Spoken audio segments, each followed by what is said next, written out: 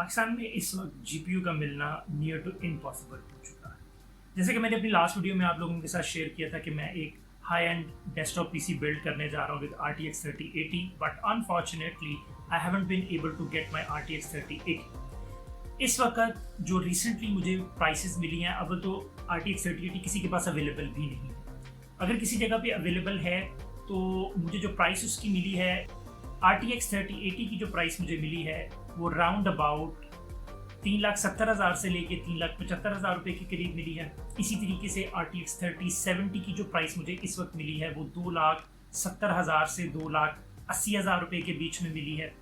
इसी तरीके से 3060 की मैं अभी प्राइस नहीं ले सका क्योंकि किसी के पास भी 3060, इवन के 3060 Ti भी किसी के पास अवेलेबल नहीं था।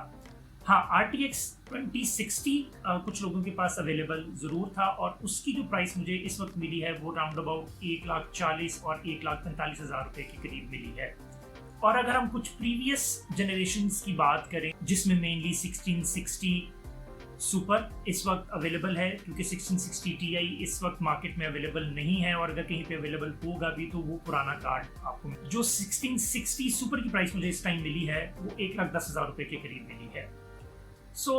अब यही वाला कार्ड अगर आप 2 महीने पहले देखते तो ये राउंड अबाउट 50-55 के करीब था और इस वक्त आपको ये 1,10,000 रुपये में अवेलेबल है। The prices are ridiculous at this moment. Market में कुछ लोगों का ख्याल है कि ये वाली situation may be second quarter के एंड तक शायद कुछ नॉर्मलाइज हो जाए।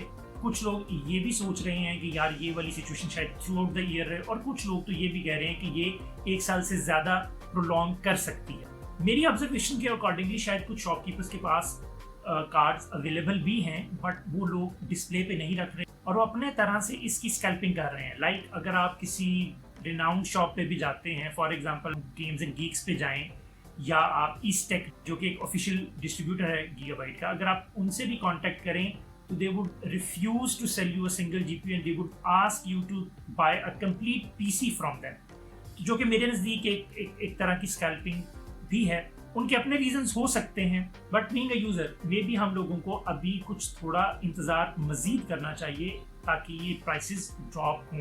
पर्सनली आई थिंक कि शायद सेकंड क्वार्टर के एंड तक प्राइसेस में कुछ इंप्रूवमेंट होगी। जैसे कि आप देख सकते हैं कि अगर PlayStation 5 की बात करें वो अभी कुछ अरसा पहले ही उसकी प्राइस आपको 2.5 से 3 लाख के बीच में मिल रही होगी, लेकिन वो इस वक्त 1.5 लाख से भी कम में अवेलेबल है और उसकी अवेलेबिलिटी भी काफ़ी हद तक बेहतर हो चुकी है। अगर आप लोगों को याद हो कि जो 10th जनरेशन के जो इंटेल के CPUs थे वो भी कुछ इसी तरह की प्रॉब्लम का शिकार थे और उस वक्त भी थोड़ी बहुत स्कैल्पिंग हो रही थी रिगार्डिंग दोज CPUs, वो भी कुछ अरसे तक नॉर्मलाइज हो गए। अब मैंने ये सोचा है कि मैं अपने जो कंपोनेंट्स हैं उनको असेंबल कर लूँ और फिर I am going to wait ताकि जीपीयू की प्राइसेस कुछ बेहतर हो जाएं और उसके बाद मैं अपनी इस बिल्ड को कंप्लीट करूंगा। अब नेक्स्ट कुछ वीडियोस में आप लोगों के साथ मैं अपने कंपोनेंट्स की डिटेल्स शेयर करूंगा और मैं कोशिश करूंगा कि इस बिल्ड प्रोसेस को आप लोगों के साथ भी शेयर करूं। मिलते हैं अगली वीडियो में। टिल देन, अल्लाह हाफ़िज़।